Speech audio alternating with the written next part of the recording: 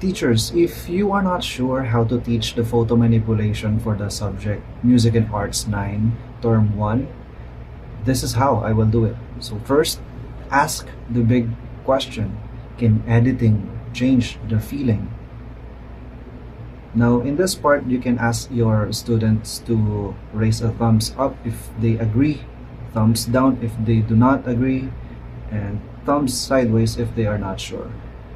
And after doing that, you can show them this pictures. So this is considered the hook or the motivation part. What I do here is I will ask them which of these photos fits a music video poster, and your expected answer should be the edited one, the picture on the right side. And you can also ask your students what they feel when they saw the original picture and versus the edited one. And your expected answer or answers could be the original picture was feels sad, feels ordinary, feels busy, while the edited picture, it feels alive, it feels energetic, it feels colorful, it feels happy. Now, after doing this, after the motivation part, now you can circle back to your title slide and ask the big question. Again, can editing change the feeling? Now, maaaring nagtataka kayo, bakit na ulit, sir?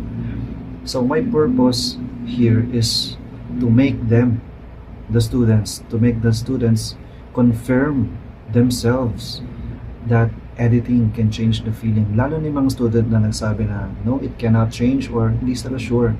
Now, what I'm expecting them to raise this time is a thumbs up. Yes, sir. Nakakabago pala ng feeling or emotion yung pag-i-edit. And now, they will now look forward to the main activity, which is editing photos with a purpose. But before that, you have to guide them first. You have to show the editing words. You have to unlock the vocabulary words. So that's your first objective. The second is you have to explore phone tools, and then after that, you are gonna show them using a demo how to edit or how to use tools to edit or manipulate a photo, and then they will do the main activity, which is editing pictures themselves with purpose. Now, after showing these objectives, you can now go or proceed with the contextualization part, and you can now ask these questions and discuss a little this part, pero saglit lang to. Now, after this, you can now proceed with showing them the next slide, which is about project theme check. So, you are going to remind them that what they are doing in this session is connected to their project, to their final project. Kasi sa class ko ay meron ako ditong final project, which is a music video and a poster para dun that is connected to their music video. So, para siyang pag may pelikula, di ba? Merong movie poster. Sa kanila, yung music video nila is meron ding music video poster. So, yun yung gagawin nila. And you're going to remind them that this is connected to their final project, and for this session they have to practice. So meron silang final project in the future, and they have a mini project for today's session, for this session. Now, after showing them this and connecting today's session with their final project, now you can proceed with the game. So this is jumbled word race, and this answers your first objective, which is unlocking vocabulary. Teachers, if you think this lesson flow is useful para sa'yo, please consider liking this video para makita din ng ibang teachers itong videos nito. Thank you. Now, after this game, you can now proceed with the next slide, which is about editing tools. So, in here, what I do is I discuss a little bit about editing tools, what is crop, cropping, filter, retouch, brightness, contrast, layer, photo manipulation, and hindi ko nilagay lahat ng editing tools in here kasi what I do is meron akong lesson plan and lahat ng editing tools ay nandun, and some of them is sinusulat ko sa board, and I might also ask the students what are the editing tools that they know, and they can write it on the board para merong student participation sa kanilang own learning.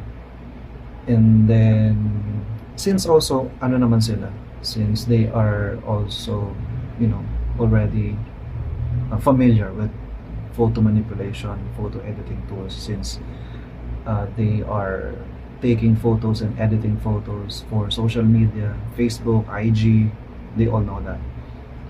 Now, after a small discussion about this, pwede ka na pumunta dito sa phone app hunt, and in this part, you can now allow them to use their phone, pero for the purpose of exploring the PXLR editing app. Or kung wala silang PXLR editing app, they can use the built-in na editing tool sa kanilang phone, kung ano yung available. Ngayon, ang gagawin nila dito is they have to find two tools that will be useful for their final project and dito sa mini project nila. So, two tools lang ang magiging useful for them. And what you can do here is you can ask each group, kung may time ka pa, you can ask each group ano yung mga tools na kanilang napili that will be very useful for their project. Now, paalala lang, huwag kayong tatagal dito kasi baka maubusan kayo ng oras para sa main activity nyo for this session. So, after this, proceed immediately dito sa pagde-demo. So, PXLR demo. You have two options here. So, the first option is you can demo it yourself. And ang ginagawa ko is I project my phone sa television and then I demo it. Or the much better option, project your phone sa screen and let the students do all these tasks, all these moves. Let them crop it, brighten the picture that you chose, contrast, let them filter it, text, export. Maraming mag-volunteer dyan. So, habang nagde-demo ka, you can make them do this. So, the mind map editing tools. So, nagsusulat sila sa one more sheet of pad paper. Sa gitna, ilalagay nila yung photo editing tools. And then, they will have to make branches. And at the end ng mga branches na yun, they have to put editing tools. And then, sa baba ng editing tools, in their own words, para saan yun? Like for example, crop. And it is for focus. And brightness, another branch, brightness, and then para saan yung brightness, clarity, etc. etc. And they do this while you are demonstrating how to edit, how to crop, how to brighten, contrast, etc. etc. But this is optional, so kayong bahala ko anong gagawin na. But nire-recommend ko to to increase memory retention. Now, after the demonstration, after the mind mapping, you can now proceed with the main activity, which is their mini project, which is this. So, Creative Canvas ang title.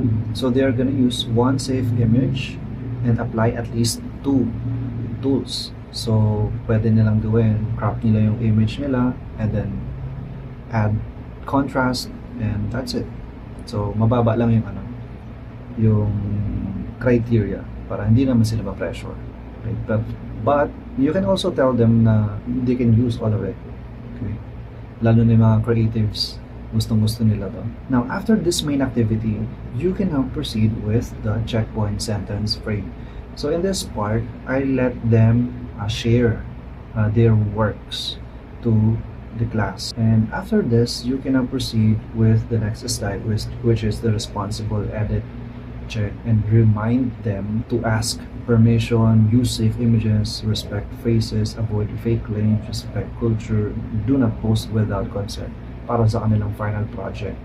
Because powerful editing needs respect. So, the reminder lang to para sa kanilang final project. Now, pagkatapos ito, you can now proceed with the formative assessment. So, this is an exit ticket, and pwede mo tong graded or not, but for me, this is graded, and what I do is I let them write their answers on their notebooks, and iikot lang ako dun sa room, and I'm gonna check their answers, and pag nakita kong goods yung answers nila, so ibig sabihin okay yung discussion, yung session na yun. And kung may nakita akong parang may parang hindi nila na-gets, so I might consider extending the review part para dun sa susunod na pagkikita namin sa next session. So after the exit ticket, I thank them for their active participation, and then I show them the next topic, and that's it. Now this part is for you guys, so if you find this video helpful para sa classes mo, please consider subscribing, and to keep these slide decks for free, you can tip any amount dito sa Gcash ko. No pressure naman to, any amount will do. So, yeah, thank you. See you sa next sessions.